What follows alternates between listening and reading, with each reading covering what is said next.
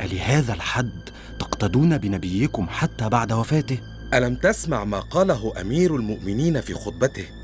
نحن قوم أعزنا الله بالإسلام، فإن ابتغينا العزة في غيره أذلنا الله.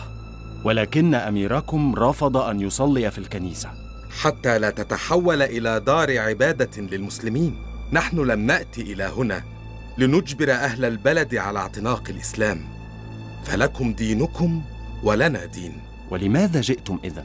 لنمنح الناس حرية اختيار دينهم بعد أن كانوا مجبرين على اعتناق دين واحد، هو دين الرومان المحتلين أرضكم.